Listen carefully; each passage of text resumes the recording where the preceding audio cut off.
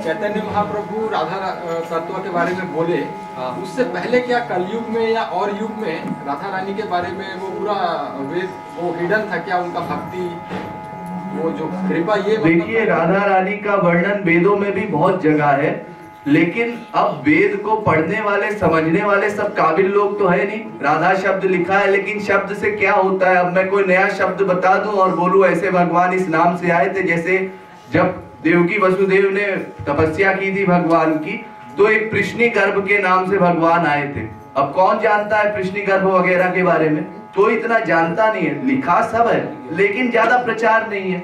इसी प्रकार से राधा रानी भी आई थी तो उनका तत्व इतना गोपनीय तत्व है कि प्रकट नहीं किया गया सब जगह।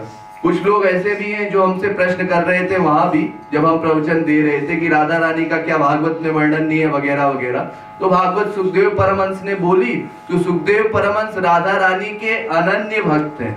वो राधा रानी के साथ एक तोते के स्वरूप में गोलोक में निवास करते हैं। उनकी इतनी आसक्ति थी राधा रानी में कि राधा रानी का नाम लेते ही इतना वियोग उन पर हावी हो जाता था कि वो मूर्छित हो जाते थे। और परीक्षित को उस समय एक हफ्ते में भागवत सुनानी थी, तो अगर राधा नाम लिया और मूर्छित हो गए तो वही परीक्षित आधे में लटके रह जाते।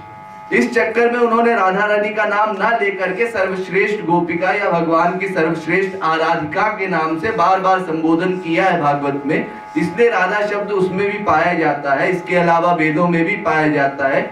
लेकिन इसका वास्तविक महत्व प्रकट गौरांग महाप्रभु ने किया, और गौरांग महाप्रभु के बाद मेन हमारे समय में गौरांग महाप्रभु की बातें हम नहीं जानते, क्योंकि उनको जानने के लिए उनको पहले समझना पड़ेगा। आप लोग उड़ीसा में रहते हैं, पुरी के जाते रहते होंगे तो शायद कुछ ना कुछ जानते हो, लेकिन हम तो वहां रहते हैं, वहां पर कोई जिक्र नहीं है इसका।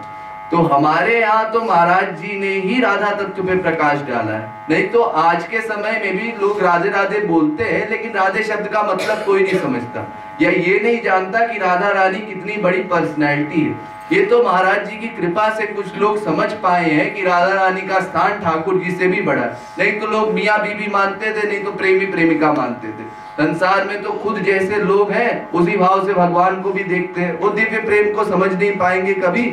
इसलिए राधा तत्व क्या है ये शब्दों में नहीं बताया जा सकता।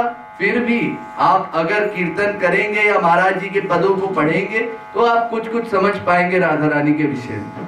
मैं बस इतना ही कह सकता हूँ। राधे राधे।